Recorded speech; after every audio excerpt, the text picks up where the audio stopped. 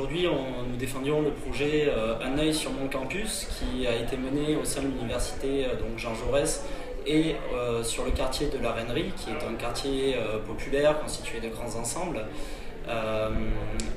Lors de ce projet, on a mené tout un cycle d'ateliers qui avait pour but de faire se rencontrer à la fois étudiants et usagers du quartier et les habitants du quartier donc de la Reinerie.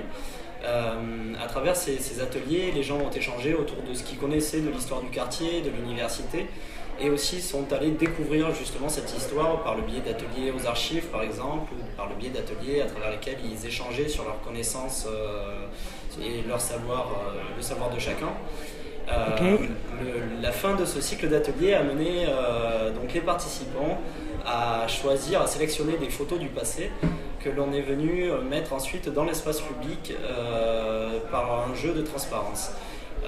Pour clarifier un peu tout ça, on imprime les photos, des anciennes photos d'archives sur un plexiglas transparent qu'on vient installer grâce à du mobilier urbain dans l'espace public. Ok. Et ensuite, les passants peuvent jouer, peuvent s'amuser à superposer les deux vues et à voir ce qui est resté, ce qui a changé et justement les évolutions à travers le temps du quartier comme de l'université. Et quel est l'objectif de ce projet?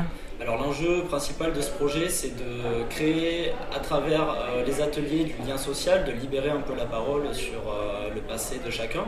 C'est aussi de créer des espaces de citoyenneté où c'est les usagers du quartier qui vont agir sur l'espace public et donc se le réapproprier en quelque sorte.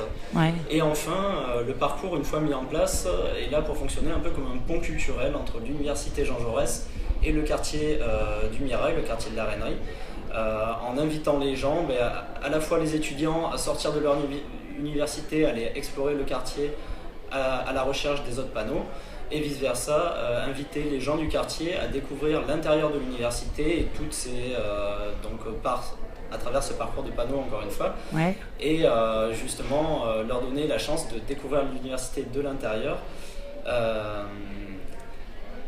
et tout ce qu'elle propose, notamment la programmation culturelle et tout ça. Qu'est-ce que vous allez faire du prix? Qu'est-ce que ça va changer pour vous? Comment vous allez utiliser l'argent?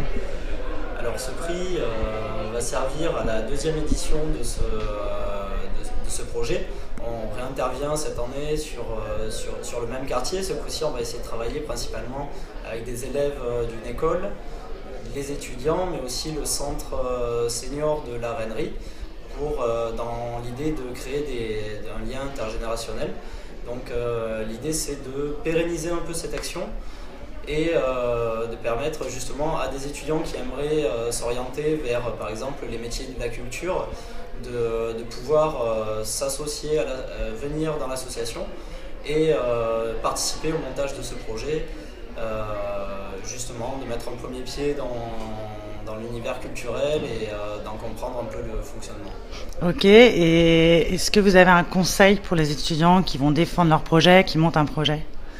Alors, si une des richesses du projet, dès le départ, ça a été justement les compétences différentes que chacun a apportées. À la base, nous étions tous trois d'univers complètement différents, les trois fondateurs, on va dire. Mon côté, ma spécialité, c'était l'histoire, mais Marie, elle, était designeuse. Amandine a fait une licence de tourisme et s'est orientée aussi vers l'économie sociale et solidaire. Et c'est vrai que ces trois points de vue ont été vraiment complémentaires et nous ont permis de penser des choses impossibles, enfin des choses qu'on pensait impossibles ont Ouais. pu être réalisées par le biais de ces différentes compétences.